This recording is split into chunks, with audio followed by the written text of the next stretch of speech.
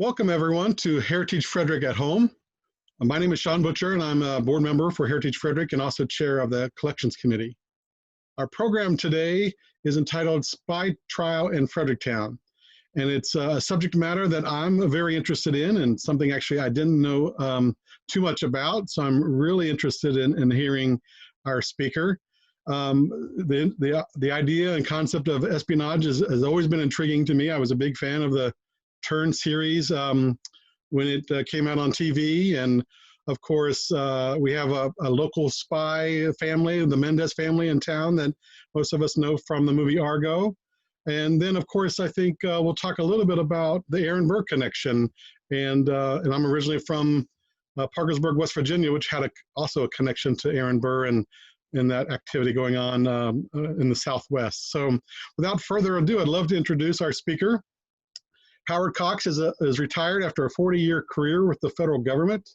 He served as a trial attorney with the U.S. Army Judge Advocate General's Corps, as well as a federal prosecutor with the Department of Justice, and a member of the Senior Intelligence Service of the CIA. And Howard, we're delighted that you're obviously not only a resident of Frederick Town, but you're also very involved in our community and the historical community in general. So Howard, without further ado, I'm going to turn it over to you. Sure, thank you. I'd also like to thank everybody who's joining us tonight to learn a little bit about the biggest spy trial that was ever done in Frederick, and indeed the largest spy trial of the highest federal official ever charged with being a spy for the federal government. I would also like to thank Heritage Frederick for not only hosting this program, but the assistance they provided in helping me do research regarding what Frederick was like in 1811, as well as what this court-martial was all about.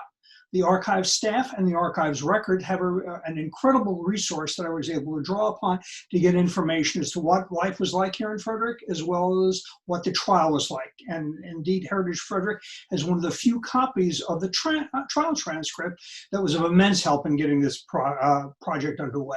So let's talk a little bit about what the spy trial was here in Frederick, why it took place here, who the cast of characters were, and what the charges were.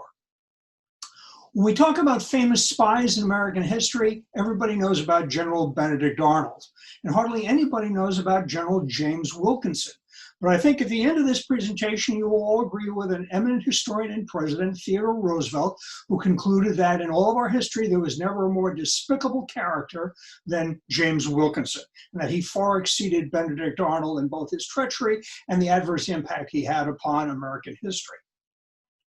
A little bit of background about General Wilkinson. He was a Maryland man. He was born in Calvert County. He grew up in a wealthy tobacco plantation in Calvert County in 1757. He originally went to medical school in Philadelphia, one of the first people to ever go to a medical school in the United States. And when he left medical school, he decided to open up a practice of medicine here in Frederick County in Kriegerstown, up in the northern portion of the county. And in April of 1775, he hung on a shingle and started the practice of medicine there. The trouble is, those of you, I'm certain, who know your history recognize that in April 1775, something else was going on, Lexington and Concord. And so as a result of that, local militias here in Frederick County started drilling, and Wilkinson decided that he wanted to be a soldier, not a doctor, and started drilling with a militia company down in Georgetown. And at the time, 1775, Georgetown was part of Frederick County. It was not part of Montgomery County. It was not part of the District of Columbia. It was part of Frederick County. And so he wanted to drill with the social elites that were forming a militia company down there. In the fall of 1775, Wilkinson decides to go to Boston and try to get a commission in the Continental Army. And he succeeds. He gets a captain's commission, and he's made an aide to a variety of generals because he was an educated man. Generals were looking for people like that to be on their staff. So he never held a combat command, but he served with a number of different generals as a messenger and as a staff aide. And as a staff aide in December of 1776, Wilkinson meets up with George Washington, and together they cross the Delaware River as Washington engages on Christmas night in a successful assault upon the Hessian forces located at Trenton, New Jersey. That crossing of the Delaware and fighting the Battle of Trenton was the last honorable service that Wilkinson had. And from that point forward in his career, he virtually betrayed everyone he worked for, with, or near. And as a result of his treacheries, he's finally forced out of the Continental Army in 1778. When he leaves the Continental Army, he realizes that he has to make a living somehow and decides he's going to move out west. And west at that time was Kentucky. And so he decides to open up a trading organization in Kentucky that would trade Kentucky goods, take tobacco, take corn, and other products that were raised in Kentucky and sell them. And the best place to sell them was down the Mississippi at the Spanish port of New Orleans. And so starting in 1787, he enters into a commercial relationship with Spain. And then he decides, I think I'd like to work for the Spanish government in helping to break up the United States and having some of the states align themselves with Spain. So he becomes a secret Spanish agent, but he still isn't making enough money. So he decides in 1791 to rejoin the army, but still be a spy for Spain. So in 1791, he rejoins the American Army. He's made a brigadier general. And from 1791 to 1796, he is fighting the Indians in the Northwest Territory under the command of General Anthony Wayne. When Wayne mysteriously passes away in 1796, Wilkinson becomes the commanding general of the U.S. Army. And from 1801 to 1809, under the term of President Jefferson, he is Jefferson's general. He is the commanding general and basically doing what Jefferson wants him to do as the commanding general while he is still secretly working for Spain. Jefferson likes him so much that in 1805, he makes Wilkinson also, in addition to being the commander of the army, the governor of the newly acquired Louisiana Territory. But by 1808, rumors about Wilkinson's relationship with Spain, Wilkinson's relationship with Aaron Burr, and others reaches a point where Jefferson decides he wants to appoint a court of inquiry to take a look at Wilkinson's relationship with Spain. Jefferson intended all along that this court of inquiry would not conduct a meaningful examination, but would be a whitewash designed to cover up Wilkinson's Spanish relationship. Congress wasn't satisfied, and from between 1808 and 1811, there's a number of congressional hearings that come up with convincing evidence that Wilkinson is indeed a spy for Spain. And so in 1809, newly elected President Madison decides to relieve Wilkinson of command and send him to court-martial here in Frederick, and he makes that decision in June of 1811 with the trial to begin here in Frederick in September of 1811. Now, why Frederick? Well, Frederick has had a long history with the military. Back before the Revolutionary War, during the French and Indian War, General Edward Braddock, the commander of all British forces in North America, is told by the king to take an army from Alexandria, Virginia, and seize the French fort that was located where is now Pittsburgh at the fork of the Ohio River. He carries his army through Frederick and meets here in Frederick down at an inn that is located, or was located down on Carroll Creek, with a civilian aide, George Washington, and with Benjamin Franklin, who came down from Pennsylvania to provide wagons to Braddock to help Braddock get over the mountains. Unfortunately, Braddock did get over the mountains and is defeated by the French and Indians outside of Pittsburgh in 1755. Braddock is killed. Washington leads the troops back, and that is really the beginning of Washington's military career. In 1779, during the Revolution, as the American army started winning some battles against the British, they started taking a variety of British and Haitian troops as prisoners, and they needed someplace to house these people. So the Maryland Assembly issued an edict in 1779 to build a set of barracks here in Frederick, and they were known at the time as the Frederick Town Barracks. Now, these barracks, or what is left of them, are currently on the grounds of the Maryland School for the Dead. You can see in this picture here, there were 4 buildings that originally were constructed.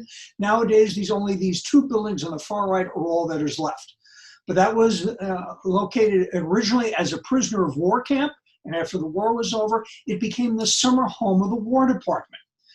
War Department was located down in downtown Washington, D.C. During the summertime, Washington was a pestilential swamp. And so the generals all like to move out of the hot, sticky Washington summers into the cool Catoctin Mountains of Frederick and move the War Department during the summer months out here to Frederick. And so Frederick was the home of a variety of military justice proceedings like court-martials that were conducted over the years. So Frederick was a very natural location to court-martial General Wilkinson.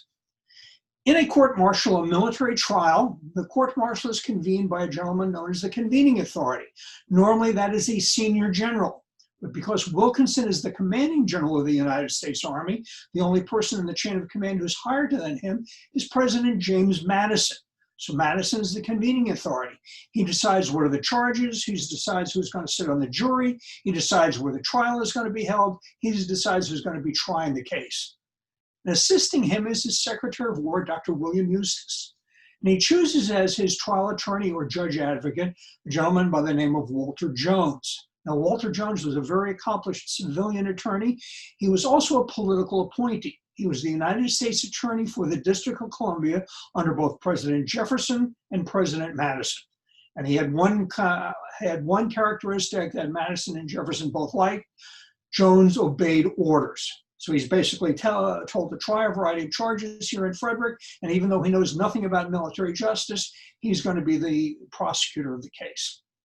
The defense on the other side was comprised mostly of General James Wilkinson.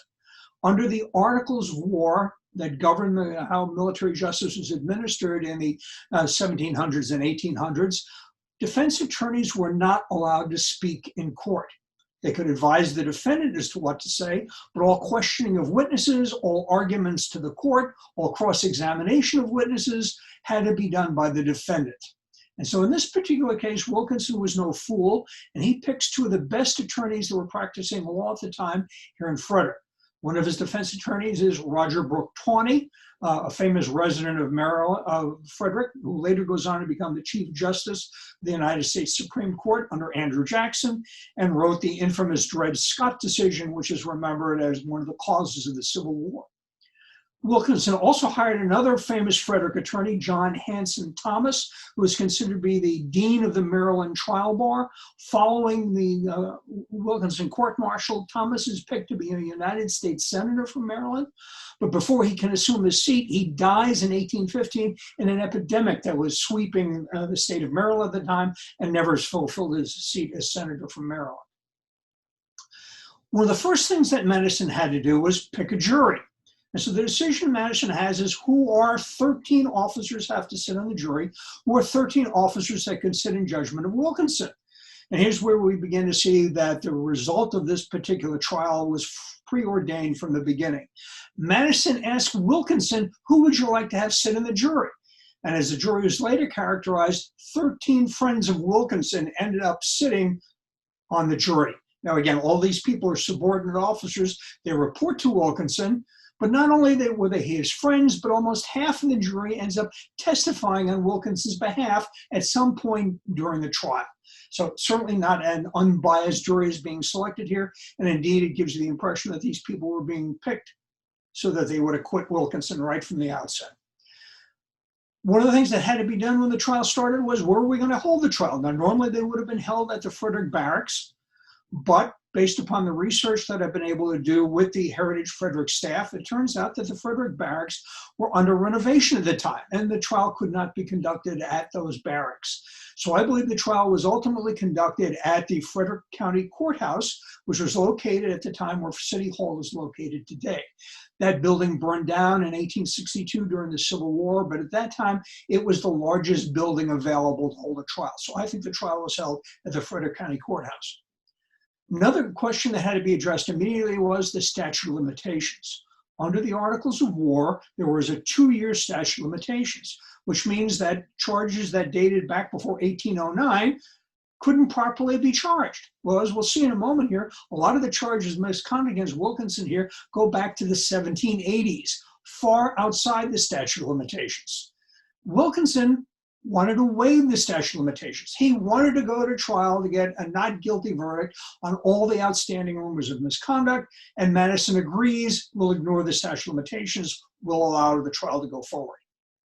Also, as we'll see, some of the charges dealt with misconduct by Wilkinson when he was a civilian. You're not subject to the Articles of War if you're a civilian. Again, Wilkinson waived any charges that were outside his term of service because he's looking for a not guilty verdict on 20 years of misconduct, and Madison backs him up in providing that trial. Another issue they had to deal with was faraway witnesses. Many of the witnesses that the government wanted to call, that Wilkinson wanted to call, were located out in the West. And by the West, we're talking on the Mississippi River, military post there, or down in New Orleans. It'll take 2 or 3 months for these people to get to Frederick to testify. And so Jones makes an incredibly bad decision. Rather than having live witnesses testify, he agrees with Wilkinson that will allow their previous testimony and other court proceedings or congressional hearings to be introduced. Wilkinson had told Jones, the prosecutor, that one of his main defenses was he was going to be attacking the credibility of government witnesses. And so one of the canons of trial practice is the best way to show that your witnesses are telling the truth is have live testimony subject to cross-examination and under oath. Jones gives this all away and agrees that, oh, my witnesses will just testify by paper depositions or previous testimony. Wilkinson, you can call in witnesses that will attack the credibility of the government's witnesses, but the bulk of the government's case is presented on paper, and right up front, Jones is giving away a major tactical advantage to Wilkinson on the trial. So what are the charges? The first charge, the charges are basically broken into 4 groups. The first charges was that, number 1, Wilkinson had an improper paid relationship with Spain that dated back to 1789. That's back before Wilkinson was a soldier. And the argument is from a period of 1789 to 1804, Wilkinson got almost $2 million in today's money from the Spanish. And the second group of charges, what did he do with that money? And the charges were that he engaged in a conspiracy with the Spanish to separate the Western states from the rest of the United States. So understand what's the importance of the relationship with Spain and why we would want to have states break away. We need to understand what the United States looked like right after the Revolution. First, to compare the different charges and the amount of money that Wilkinson got, here are 2 of the best known traitors in the last 30 years that the United States has caught. Aldrich Ames was a CIA officer. He was caught in the 1980s, and he received almost $2.5 million from the Russians. Robert Hansen was a senior agent for the FBI. He took $600,000 from the Russian. Wilkinson took $2 million from the Spanish. That's adjusted to today's dollars. So you can see here is Wilkinson was one of the best paid spies in the United States history. Well, what did he do for the money? Well, you have to take a look at our relationship with Spain. Right after the end of the Revolutionary War, the United States is located over here in green and blue. These are all the original 13 colonies. And they basically go up to the Allegheny Mountains. And everything west of the Alleghenies that heads out further west here is unexplored territory that isn't yet a state. You've got the Northwest Territory north of the Ohio River. And then south of the Ohio River, you basically have Virginia extending to the Mississippi, North Carolina extending to the Mississippi, and Georgia extending to the Mississippi.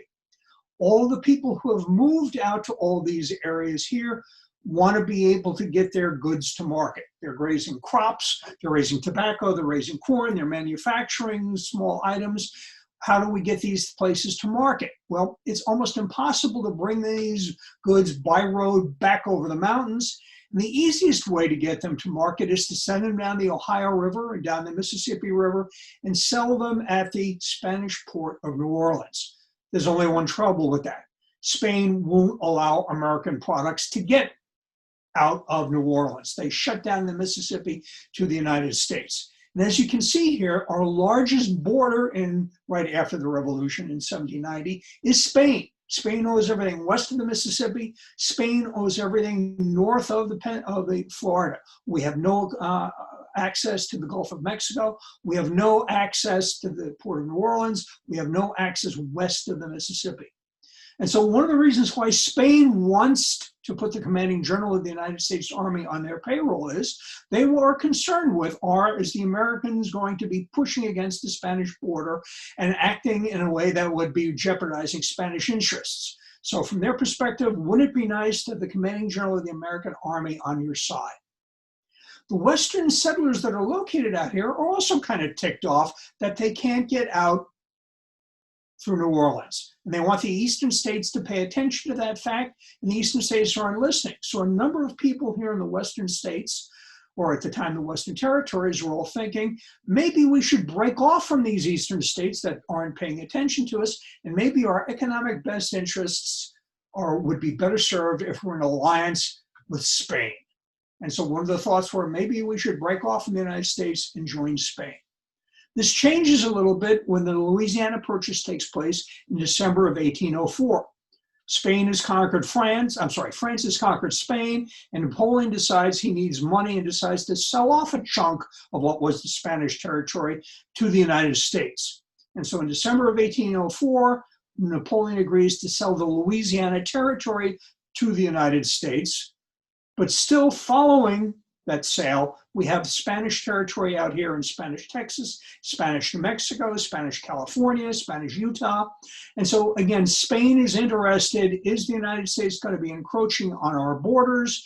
And wouldn't it be nice to have the commanding general of the United States Army on our side?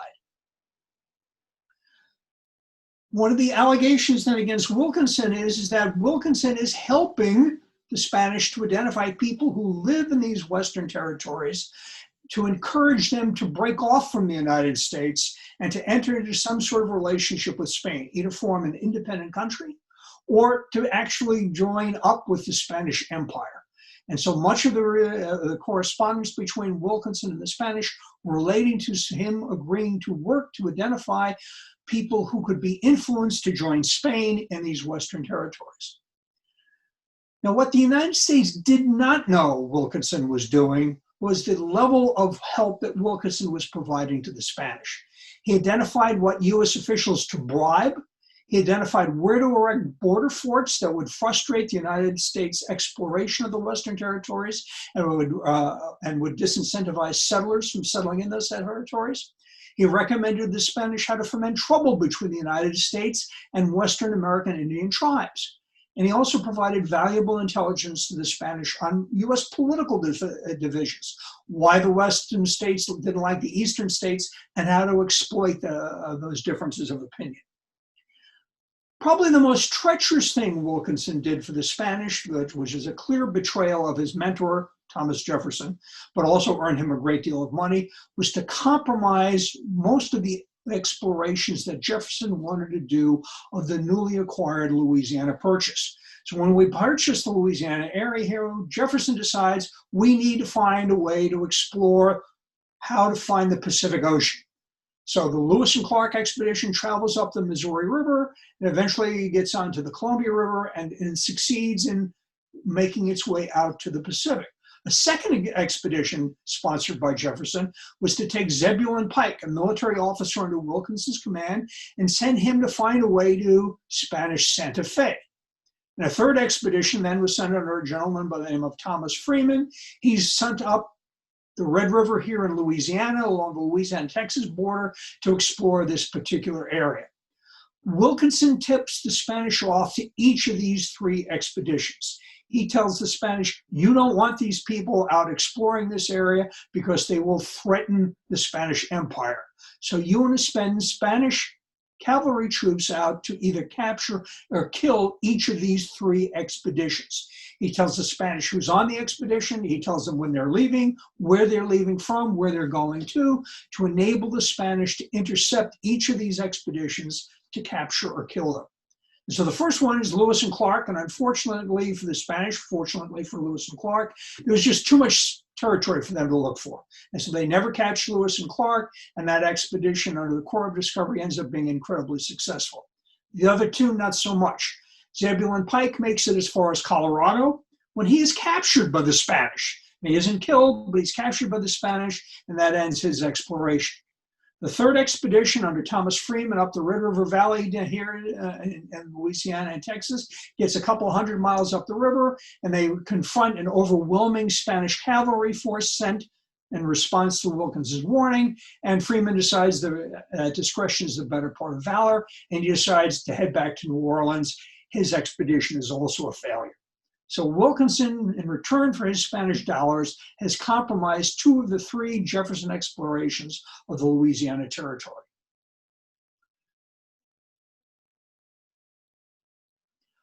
Why wasn't Wilkinson caught? Well, the main reason Wilkinson wasn't caught was that he and the Spanish practiced excellent spy tradecraft for the early 1800s. They used codes and ciphers, they used cutouts, is a well-constructed, what we call in the intelligence business, a cover for action. Wilkinson came along and said, look, if I'm caught with this money, I will have an excuse that it isn't a bribe payment from the Spanish. It's a delayed payment for investments when I was a private tradesman working to establish a trade route between Kentucky and the Spanish in New Orleans. They just paid late. So I'm getting thousands of dollars from the Spanish, but it's not a bribe. It's merely a delayed payment for my commercial investments. He also would deny. He would also engage in a wholesale attack on anyone who accused him. And also, he and the Spanish hid the records. They hid the records exceptionally well. The Spanish promised Wilkinson that all of the records relating to his oath of allegiance to Spain, all the payroll records that they had, would be carefully hidden in Spanish archives in Cuba and Madrid that would not be made available to US investigators. And that indeed held up for over 100 years. Also, the United States at the time basically didn't know how to look for spies. We didn't have an FBI or a Central Intelligence Agency that was out looking for spies. And so there was a total lack of ability to conduct an investigation to hunt for spies at that time. Wilkinson's defense presented at the trial had a variety of different aspects to it. He would deny. He would present forged documents showing this alleged commercial relationship with Spain. He would also contend that any records that the government had that showed an improper relation with Spain, he claimed that they were forgeries. And also he engaged in perjured testimony and put on perjured testimony denying his relationship with Spain. He engaged in a wholesale attack on government witnesses. If anyone would come along that would say bad things about the credibility or the integrity of a government witness, Wilkinson would have them testify to indicate that the government witnesses were liars and reprobates. And one of the people he had succeeded who came in to testify on numerous occasions at his court-martial was young Captain Zachary Taylor, who later in 1840 went on to become the President of the United States. In 1846, became the President of the United States. He also engaged in an attack, and this is the best example of Wilkinson's attack was an attack upon Andrew Ellicott. Ellicott was a surveyor. He was a member of the Ellicott family that founded Ellicott City, and he was considered to be the best surveyor in the United States. And so Ellicott is hired by Washington to go explore the Spanish-United States border. And so in that capacity, Ellicott meets Wilkinson. Now, when Washington sent Ellicott out to explore the border, he gave him a caution. Basically, the caution was, I've heard bad things about this James Wilkinson. Keep an eye on him and his relationship with the Spanish. And so Ellicott identified a number of improper relationships with the Spanish. He sent warnings back to both President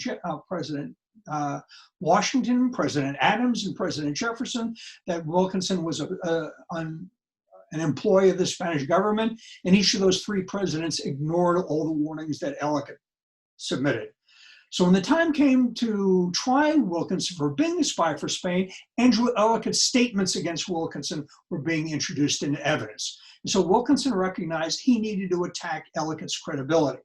And the way he engaged in the attack on Ellicott's credibility was he went to Thomas Freeman. Now, remember, we had mentioned a moment ago, Freeman was in charge of that third expedition to explore the Red River Valley. Wilkinson compromised Freeman's expedition by selling it out to the Spanish. Freeman had no idea that Wilkinson had done this. He thought Wilkinson was his friend. And so Freeman used to work for Andrew Ellicott. And when Wilkinson approached Freeman, hey, do you have any bad information on Ellicott? Freeman says, you're my friend. I'll be glad to testify on your behalf. So his testimony at the court-martial was that Andrew Ellicott was a lousy surveyor because most of the time he was not surveying. He was hanging around with a known prostitute, a woman who was notoriously known as the harlot Betsy. And that Ellicott did not spend time out surveying. He was in bed with the harlot Betsy. Not only was Ellicott in bed with the harlot Betsy, Ellicott offered Freeman the use of the harlot Betsy, but Freeman declined. But Freeman also testified that Ellicott and Ellicott's 19-year-old son, Andy, engaged in three-way sex with the harlot Betsy. And so as a result of this, Wilkinson's argument was that Ellicott is a sexual reprobate and you can't trust a word that he says, thereby effectively destroying Ellicott's credibility. As we indicated before, he had his carefully created cover for action. These were not bribes, these are merely delayed payments. And The cherry on the cake was the fact that Wilkinson got former President John Adams to testify on his behalf through a deposition as a character witness. And Adams basically said, yeah, I heard all these rumors about that Wilkinson working with the Spanish. I didn't believe them. And so as a result of this, Wilkinson is acquitted on all charges relating to Spain. The second group of charges is that Wilkinson was a conspirator with Aaron Burr. Aaron Burr was vice president of the United States under Thomas Jefferson. He and Jefferson didn't get along right from the beginning. And as a result of it, in 1805, Burr recognizes that his time is over. He's not going to come back for a second term under Jefferson as vice president. He needs to find something else to do. So he first engages in a conversation with Wilkinson about maybe we can form a new country out west, and how can we best do this? And so the two of them basically conclude that first, let's get Thomas Jefferson to appoint Wilkinson the governor of the newly acquired Louisiana Territory. And so one of Burr's last acts in office is to go to Jefferson and say, look, as a final favor to me, you need to appoint Wilkinson the governor of the Louisiana Territory. Jefferson doesn't know that Wilkinson and Burr are engaging in a conspiracy behind his back, and he does that. With Wilkinson now as the governor of the Louisiana Territory, Burr starts working his way amongst all of these western states and territories to basically foment, you're not happy with the eastern states. You want to form your own independent country under Aaron Burr, and together we will attack Spanish Mexico. And so one of the aspects of the Burr conspiracy was that he's going to separate the western states, he's going to seize the Louisiana Territory, and he's going to seize Spanish Mexico. Wilkinson assists Burr in this conspiracy until just before the plan is supposed to kick off in action. Wilkinson gets cold feet. And he decides that his bread is better buttered with Jefferson, and he turns Burr into Jefferson. He carefully covers up his involvement in the conspiracy and basically tips off Jefferson that Aaron Burr is a traitor who is trying to separate the western states, and I'll testify against him. So as a result of that, Burr is captured and sent to be tried as a traitor in Richmond, Virginia. But in 1807, at the trial in which Wilkinson served as a witness, Aaron Burr is acquitted of all charges. And one of the reasons why he's acquitted of all charges is Wilkinson is a terrible witness. He comes off as incredibly inconsistent and mendacious on the stand. And as a result of this, Aaron Burr is found not guilty of all forms of treason. We're still left with Wilkinson. And so the decision here is, was indeed Wilkinson engaging in a conspiracy with known traitors? And that's what he was court-martialed for. Obviously, you have a significant problem with that. If all of the known traitors with whom Wilkinson is conspiring have all been found not to be traitors, how can you convict Wilkinson of being a traitor with a bunch of people who are not known traitors? So Wilkinson is acquitted of all charges relating to the Aaron Burr conspiracy. Another set of charges dealt with Wilkinson being an incredibly incompetent commander. And this basically dealt with a series of charges relying for the deployment of the American Army on the Mississippi River in 1809.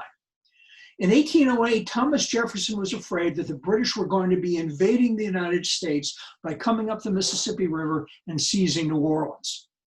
Now, the British didn't do that until the War of 1812, but Jefferson thought they were going to do it in 1808. So in 1808 and 1809, he sends Wilkinson and the entire United States Army down to New Orleans to defend against a possible British invasion. And so Wilkinson takes the army down to New Orleans at that time. And here's an extant map from that period of time. Here's the city of New Orleans. This is the Mississippi River heading down to the Gulf of Mexico.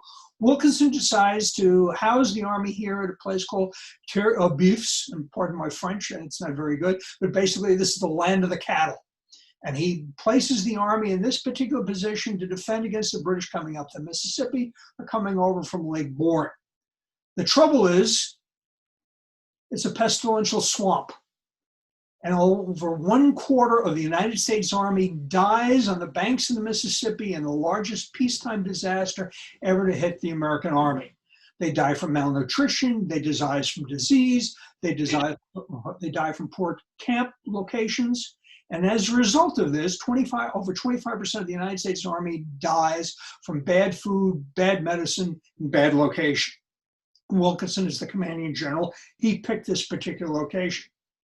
So he's charged with being a callous commander. There's some concern that Wilkinson was a scapegoat, that his defense was, look, I did the best I could under difficult circumstances.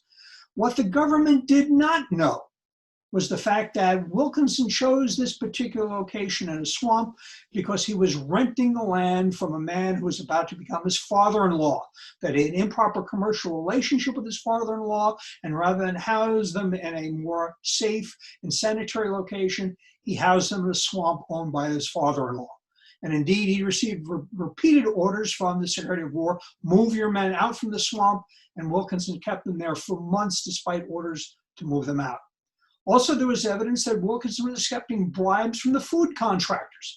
The food contractors basically approached Wilkinson and said, look, we're going to be selling you bad food. Don't look too closely at the bad food. And if you don't look too closely and hold us accountable for poor performance, we will pay you money.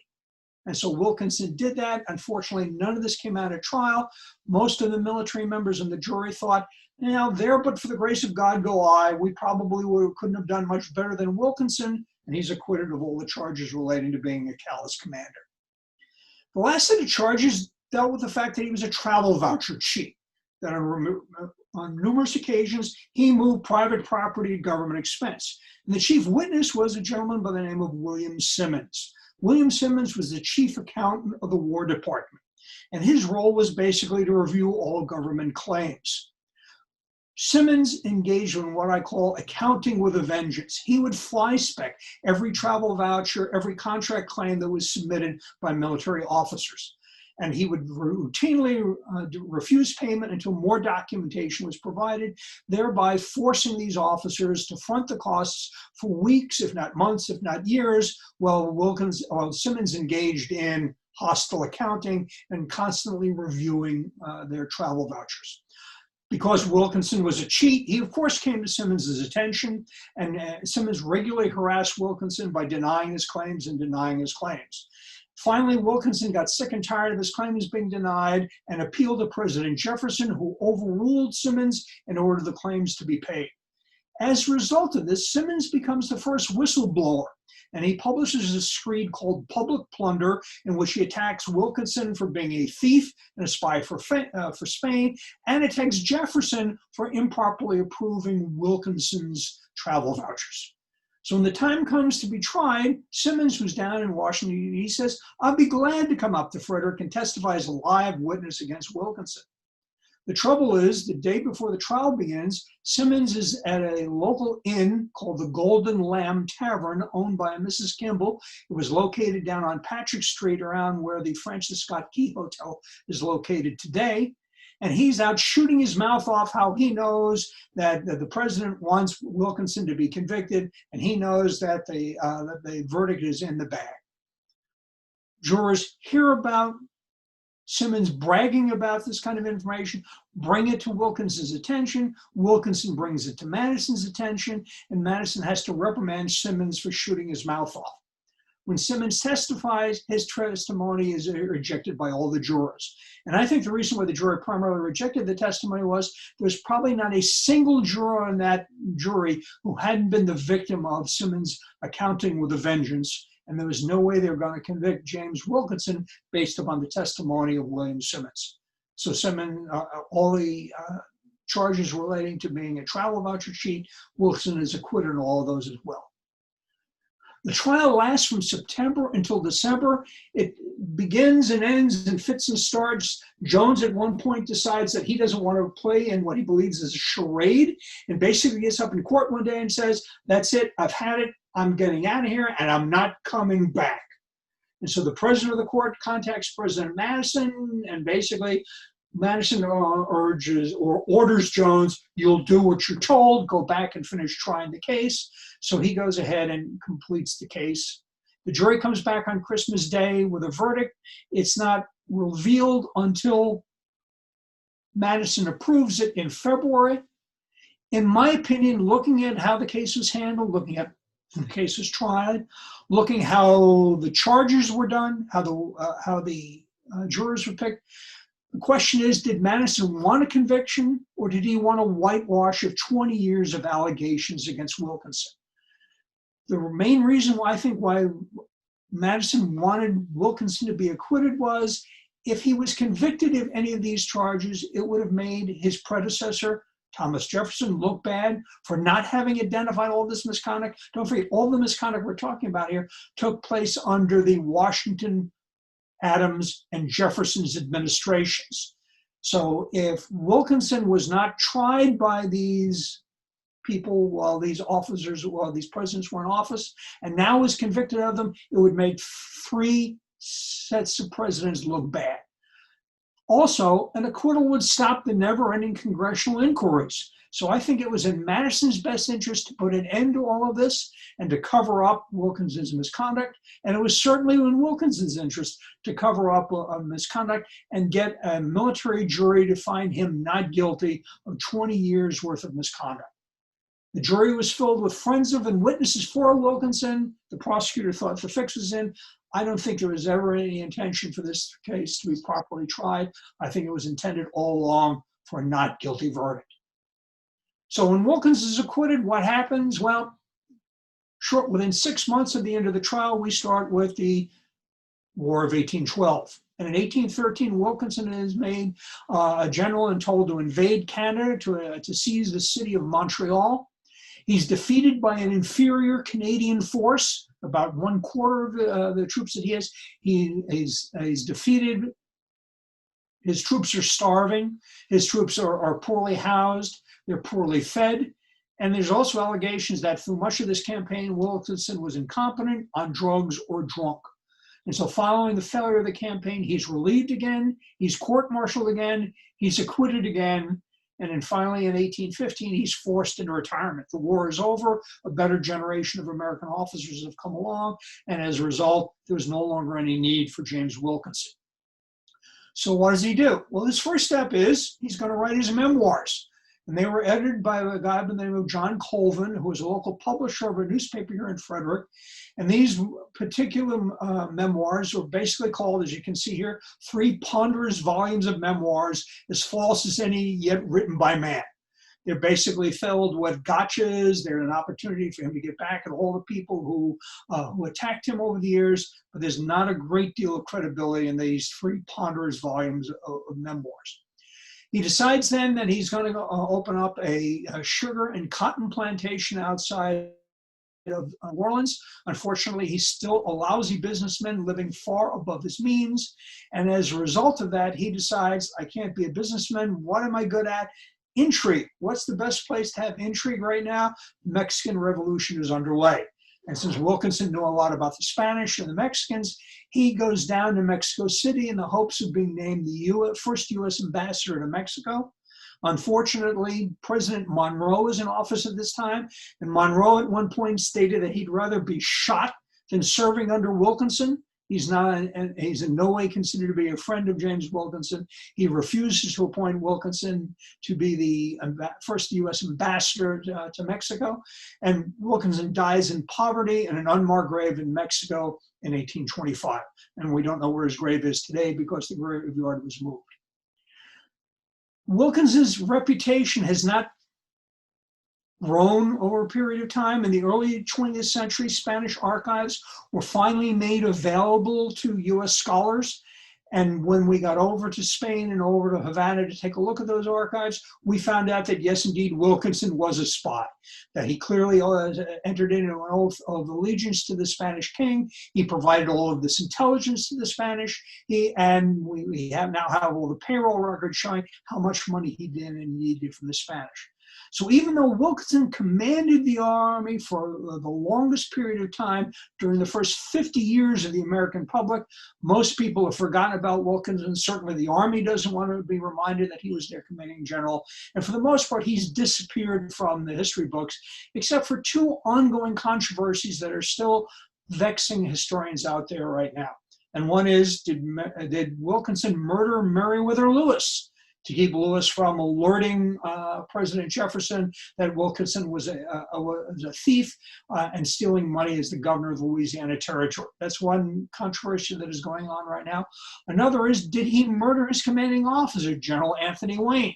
Wayne suspected that Wilkinson was a Spanish spy and died under mysterious circumstances. And so there are some historians who think that he might have been poisoned by James Wilkinson. That's another story for another time. I want to thank you very much for listening in our presentation. I'd be delighted to answer any questions that you might have. Well, thank you, Howard. And I think if we were in person, we'd be able to give you a round of applause. So here's a virtual round of applause at least. We do have some questions that have come in via the Q&A tab.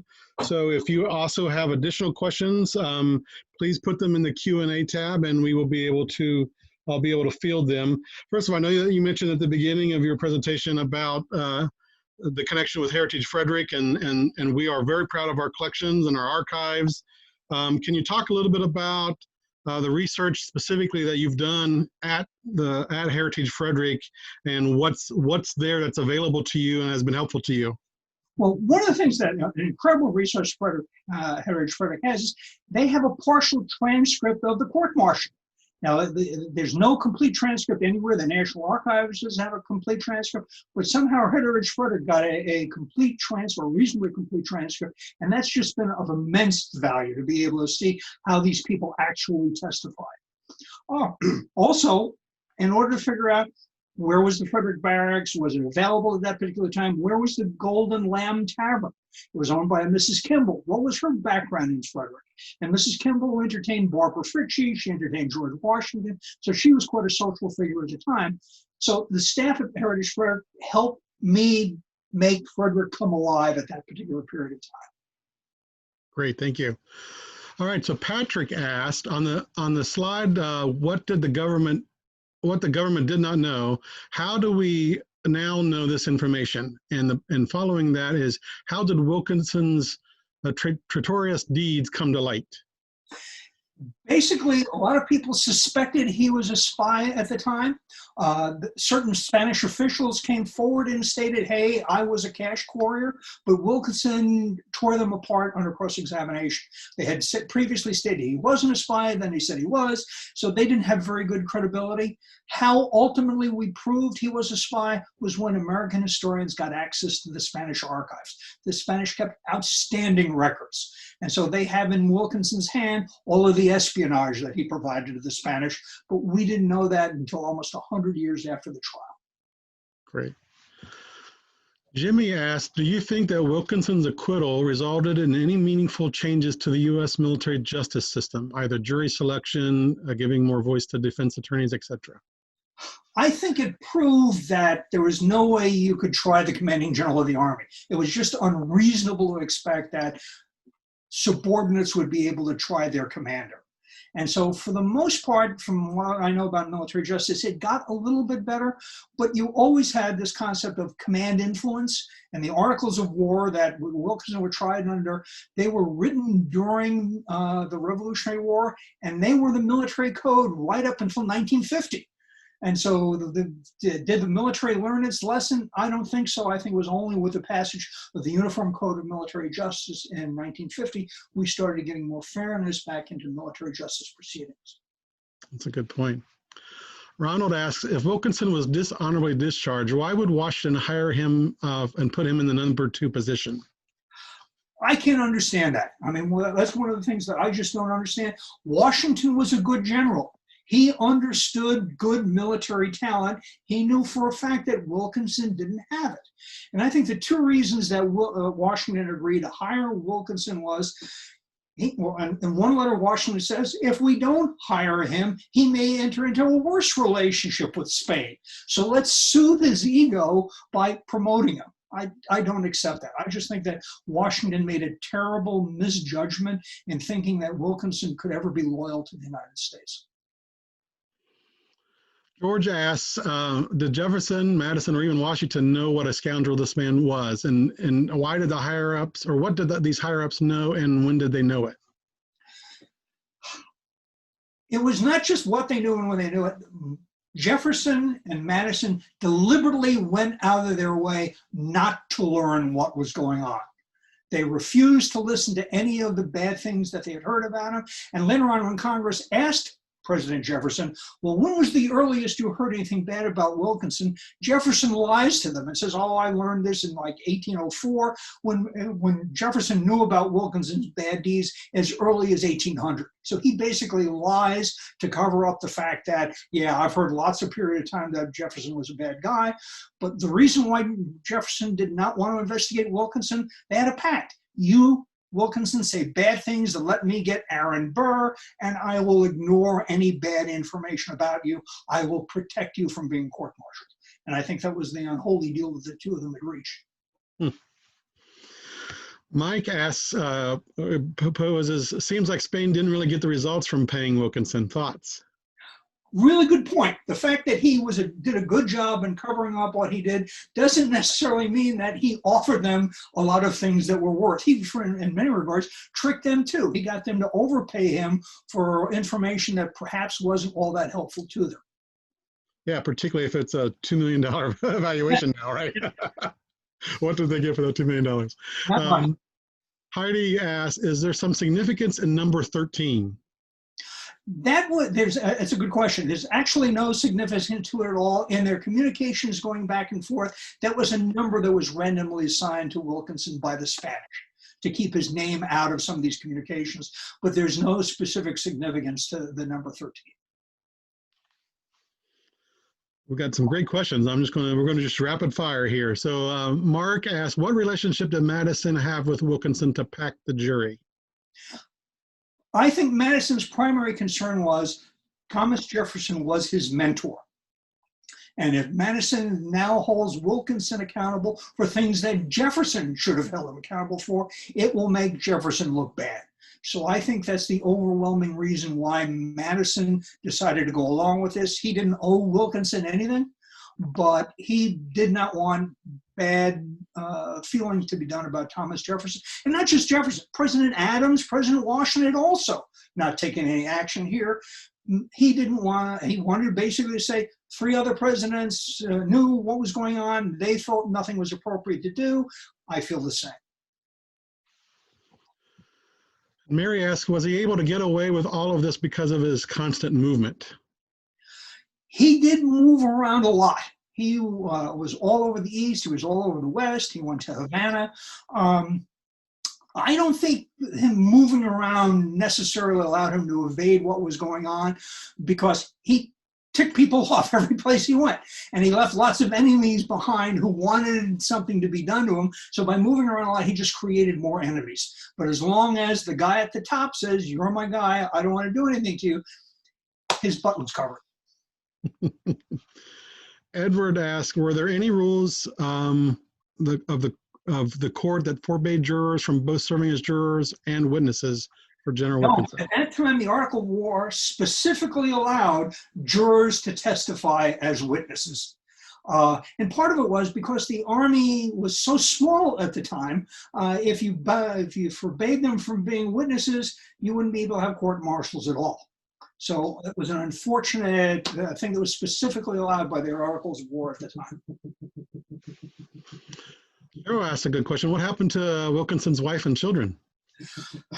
That's the sad thing about in his memoirs. It's 3 volumes of memoirs, 2,000 pages. He never mentions his wife's name once. And indeed, the first biographer, Wilkinson, in the 1930s, couldn't even find a reference to his second wife. So other historians have taken a look at it. Nancy Biddle was part of the Biddle family. Her cousin was Nicholas Biddle, the first president of the Bank of the United States. She eventually, because she followed him all over these frontier posts, she developed tuberculosis and died down in New Orleans in 1807. He had 4 sons with her. One of them died while he was a student at Princeton. Another became a captain in the Army and was killed in combat in Alabama in 1813.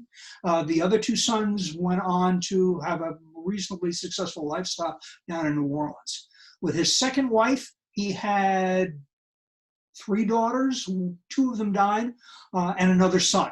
And so he succeeded in having one remaining daughter and one remaining son. But again, there's not a mention of any of them in his memoirs. The deaths of his wives are hardly mentioned. The death of his one wife is hardly mentioned. And he may very well have died down in New Mexico alone. His wife and children may never have come down to visit him there during the last 4 or 5 years of his life. And I think that was alluded to Peggy's question too. What happened to Wilkinson's first wife and kids? So you addressed that a little bit. I'm sorry, his first wife was Nancy Biddle. She's the one who died of tuberculosis. Yeah. She died in 1807. He remarries then in 1809 when he's stationed back in New Orleans and meets this young Creole woman down there by the name of Celeste Trudeau. Gloria asked, was Wilkinson with Wayne when he died in Erie, Pennsylvania? No. So that's one of the reasons why I don't think Wilkinson murdered Wayne. Wilkinson was in Washington, D.C. Wayne was up on Lake Erie. So if Wilkinson had Wayne murdered, he would have had to act through a surrogate. He would have had somebody else. Some of the suggestions, Wilkinson was a doctor. He would know poisons. And there's some suggestions that perhaps Anthony Wayne was poisoned. But if Wilkinson did it, he had to work through surrogates. And I think that probably would have been difficult to do. I think that alludes to Barbara's question too. She says, why do historians believe that Wilkinson murdered either Meriwether or Wayne?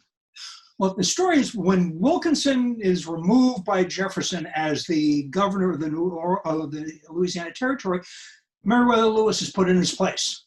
And so the one theory is that when he comes in and takes over from Wilkinson, he finds out that Wilkinson has done all these bad things and that Meriwether Lewis decides he's going to go back to Washington, D.C. to turn in Wilkinson.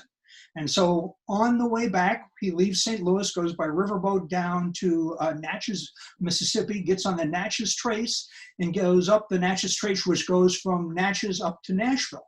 One night at a tavern, he mysteriously commits suicide. He shoots himself twice and stabs himself.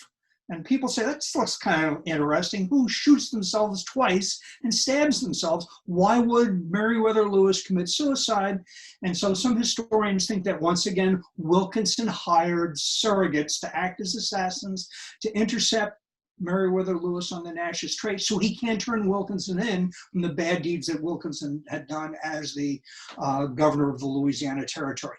I still think it's somewhat of a stretch.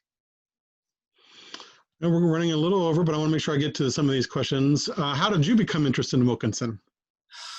I started, I was a history major, undergraduate, and I've always loved history, even though I went on to become a lawyer. And whenever I would investigate or work for an organization, I would be interested in the history. So when I worked for the Defense Department in the Inspector General's office looking at contract fraud, one of the things I looked at was, who's the highest federal official ever to be involved in contract fraud? It's James Wilkinson. Who's the highest level spy? So when I worked at the CIA, I'm interested in the spies. You trip across Wilkinson again. So I just kept tripping upon him, and I decided that been tripping upon him so frequently, there must be a story there to be told. Right. And that question was from Lynn. So thank you, Lynn, for that question. I'm going to combine a couple questions from Bucko and Ann. How did he have a lavish lifestyle? How did we know if he died penniless? Or how did he manage to burn through the equivalent of $2 million after he relocated to Mexico? He liked living high. Okay, when he returned for the first time from New Orleans, he's there in a carriage. He's got slaves riding his outriders. They're wearing livery. He liked living the good life. And so he overspent his income by multiple factors. He was also not a good businessman. So the primary reason was he lived more than he could afford. He's living out in frontier posts. He wants the biggest mansion that could be built in Natchez. He wants the biggest mansion that could be built in Louisville. He wants to rent the biggest house in New Orleans. He just couldn't afford to do all that stuff. A question about, are there descendants of Wilkinson, and did or do they defend him in light of evidence later uncovered? I'm sorry, one more time? Are there any descendants of Wilkinson, and do they or did they ever defend him in light of any of this evidence that's been uncovered? 20 years ago, one of his great-grandsons did a variety of historical articles trying to make a defense. You write it off as, a relative trying to defend what he did. But the Wilkinson family ended up in a good deal of political positions down in New Orleans and Louisiana. So there's a number of Wilkinsons that are down there, but I don't think a lot of them are really vocal in defending what he's done, 200 years later. All right. We're rounding out the last few here. Mike asked, did he go to medical school for any period of time? Yes, he went to the medical school in Pennsylvania and Philadelphia. That was the only medical school in the country at the time. It is now the medical school of the University of Pennsylvania, the Pullman Medical School. That's where Wilkinson went. And at that time, there were fewer than 60 graduates of medical schools practicing medicine in the United States. So he was incredibly well educated as a doctor, but never practiced Maryland after he packed up his practice up in Kriegerstown and decided to go on active duty. Heidi actually asked a question that I was interested in. How did you discover the public plunder, and is there, where is that available, or is there a link to that article? You can find it online. If you Google public plunder and William Simmons, you'll find copies of it. Yeah, obviously, I'm going to be putting a copy of it as an appendix in the book that I'm working on, but it's readily findable. If you just Google William Simmons and public plunder, you can read that whole screed. And I mentioned at the beginning, Howard, that, I actually worked for Blennerhassett Island Historical State Park, and that's where Harmon Blennerhassett was connected to Aaron Burr. Do you know if Wilkinson ever made it to Blennerhassett Island or in anything along that kind of Burr conspiracy? It's not clear that he and Blennerhassett were ever on the island at the same time. But clearly Burr had been to Blennerhassett Island a number of times to raise troops, to raise money to store supplies. And so Blennerhassett was, of course, indicted along with Wilkinson with Burr as a traitor. And he was acquitted as well because they couldn't prove that whatever they did on Blennerhassett Island was not taking up arms against the state of Virginia. And that was the essence of the definition of treason. Great. And then I may have opened the door on this one. I apologize, Howard, but Mary and Ron both asked, when is the book available or going to be published? I apologize for that one. So I'm working right now with Georgetown University Press. They've expressed interest in the book. They have not made a commitment, but they've asked me to complete it and submit a manuscript to them. And I'm just about ready to do that. So if they give me a green light, I'm anticipating probably sometime next year if they green light it. But I just don't know. My hope is next year. Well, without a doubt, we would probably love to have you back and maybe actually in person for a book signing at that time. Particularly, it's always great to highlight a local historian and researcher and expert. So again, on behalf of Heritage Frederick, thank you, audience, for some wonderful and engaging questions. We really appreciate, Howard, you spending the time with us this evening, and hopefully everyone will stay tuned for when the book's out. Thank you very much. And there'll be a survey at the end that pops up for everybody. So please take a minute just to provide us a few short questions, just to provide us some feedback on this presentation and other things that you'd like to see or hear. Good night, everybody. Thank you. Thank you.